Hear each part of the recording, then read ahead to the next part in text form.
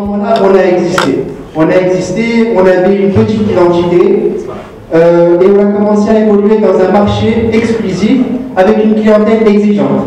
Donc on a compris que c'était pas forcément sortir un véhicule, mais c'était un véhicule exclusif.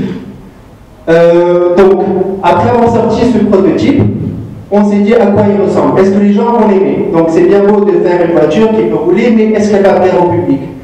Donc le meilleur moyen pour savoir si elle allait plaire, on s'était présenté au salon de l'automobile en 2008, où il y a environ plus d'1 million de visiteurs sur 2 semaines. Et au bout de ces 2 semaines, on a su que c'était un vrai succès. On avait plus de 400 commandes qu'on n'a bien évidemment pas respectées, faute de moyens et de production. Donc à partir de 2010, on a réussi à commencer à créer et à mettre en production et à commercialiser le véhicule. Au fil du temps, on s'est rendu compte que aussi bien nos clients que nos fournisseurs ont demandé une amélioration dans le process.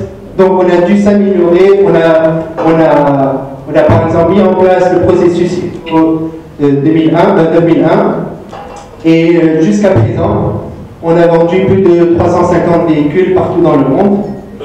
Donc vous allez voir que le prix départ d'usine est de 20 500 dinars.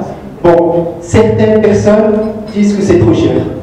Encore une fois, on ne cherche pas à faire une voiture tunisienne low cost, mais au contraire, une voiture de qualité et personnalisée.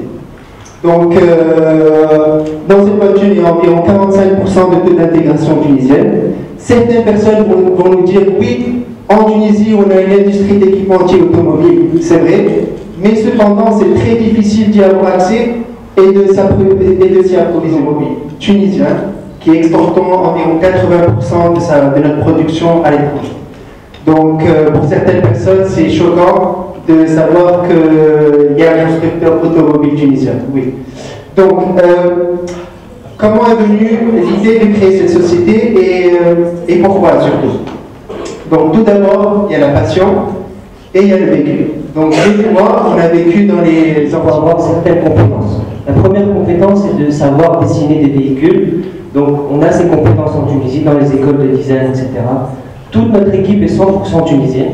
Donc, dans un premier temps, on dessine les véhicules, plusieurs sketchs, on en a des centaines, qu'on sélectionne après, donc entre nous, dans le conseil d'administration et avec quelques amis aussi, on l'a fait simplement. Ensuite, c'est bien de dessiner, mais c'est encore mieux de réaliser. C'est-à-dire, après, on le dessin, on le transcrit en CAO, donc c'est assisté par ordinateur, que ce soit avec Katia ou avec d'autres logiciels. Et on voit la faisabilité des véhicules. Donc fabriquer une voiture, on va dire que c'est assez simple. N'importe quel passionné peut fabriquer une voiture. Mais ce qui est compliqué en fait, c'est de la faire homologuer aux normes européennes. On a fait une voiture tunisienne, certes, faite en Tunisie, mais on a bien tenu à ce qu'elle soit homologuée aux normes européennes. Donc, notre premier pays où on a exporté des véhicules, c'était la France notamment. Donc un châssis, c'est l'identité du véhicule, c'est là où on met le numéro de châssis, donc c'est la carte d'identité de la voiture. Et donc notre numéro de châssis c'est CL9001. CL9 c'est pour la Tunisie, 001, c'est-à-dire premier constructeur tunisien. Donc, oui, voilà, ça c'est notre première chaîne de montage. Donc on a commencé avec de petits moyens, on a commencé avec 80 000 dinars. On a fait une première chaîne dans à peu près 800 mètres carrés et on sortait malheureusement seulement 60 voitures par an. Tout est fait manuellement, hein, c'est-à-dire qu'il n'y a pas de machine, c'est pas les Goropo, c'est pas la grande série. Nous sommes, pour être très précis, des artisans de l'automobile. Donc les caractéristiques du véhicule, donc 100% fibre de verre, c'est-à-dire en Tunisie, on a beaucoup d'entreprises, notamment à Bizère, qui construisent des coques de bateaux. On a utilisé ces compétences-là pour faire nos carrosseries. C'est un vrai avantage compétitif. Beaucoup de gens ne le savent pas, mais une carrosserie en fibre de verre, ça ne s'oxyde pas. On m'a parlé des Caraïbes, des Antilles, on a grandi. Les véhicules s'oxydent là-bas. Avec une carrosserie en fibre de verre, c'est-à-dire comme les coques de bateau, le véhicule ne s'oxyde pas. Et la carrosserie et le châssis dans l'acier galvanisé, pareil, nos voitures ne rouillent pas, et ça c'est très important pour les marchés où on vit. Donc on a signé un contrat avec Peugeot Citroën Moteur pour la motorisation, on ne fabrique pas nos moteurs.